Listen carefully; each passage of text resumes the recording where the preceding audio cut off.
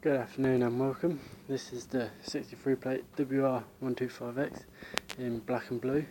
Has a bit of silver on it.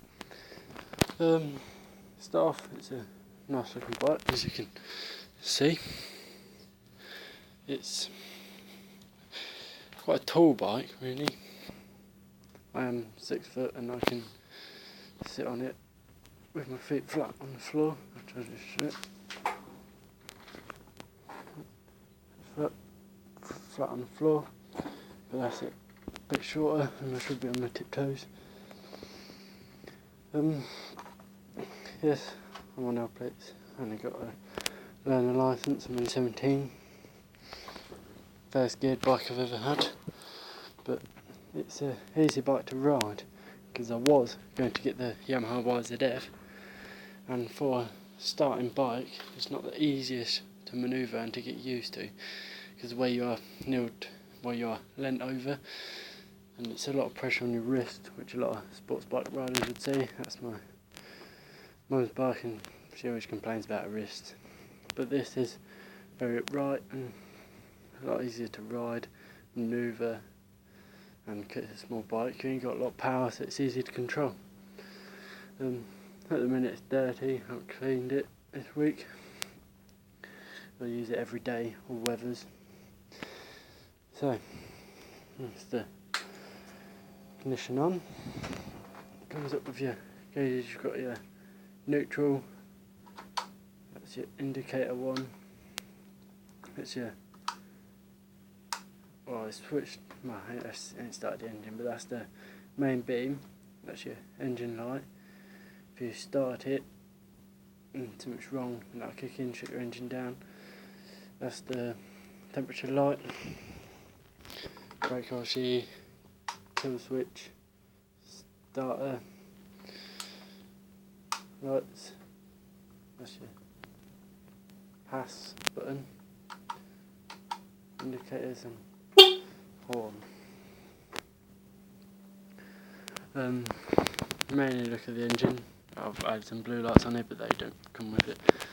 If you ever want a quick tutorial on how to fit LED lights, message me, contact me, and I'll put a video up, or I might put one up soon. Wheel tape, pretty easy to fit. That's 4 pieces, just stick on, pretty simple. Not really much to it, it's quite a simple bike. Only thing I don't, because I used to have a ped, which I'm quite embarrassed about, I don't really like them, but they're easy to get around, is that with a bigger bike you lose storage, especially these, you have no storage. Seat is to bolt it down, which unbolt quite easily. Switched it off, battery go flat.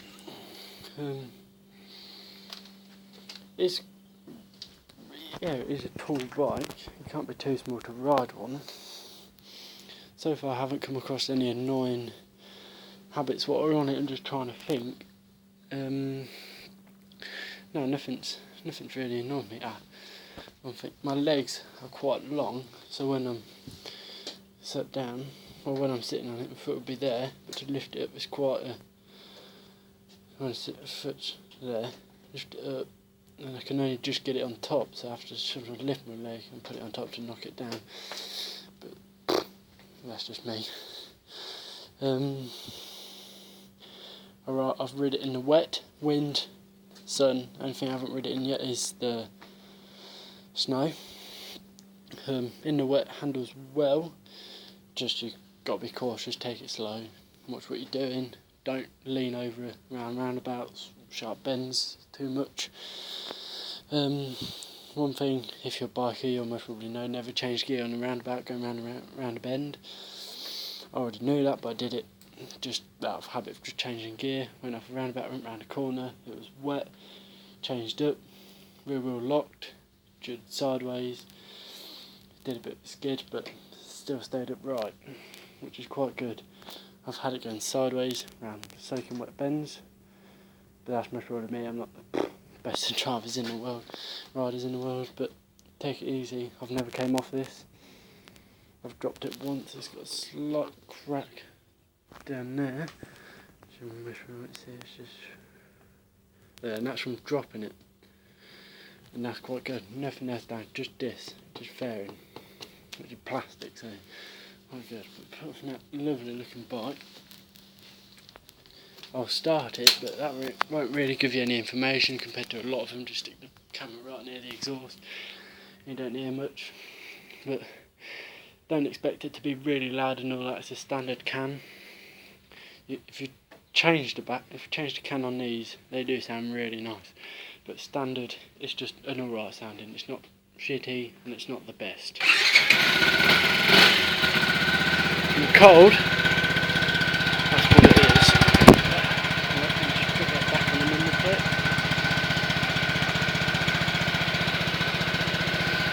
So yeah.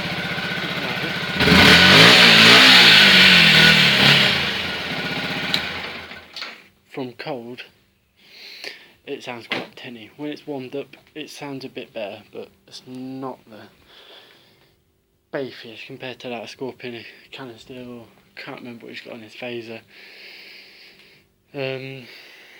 Starts with a K, something I can't remember now without seeing it, but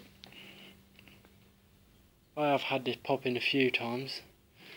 Over fueling, yeah, change down, pop in as you do.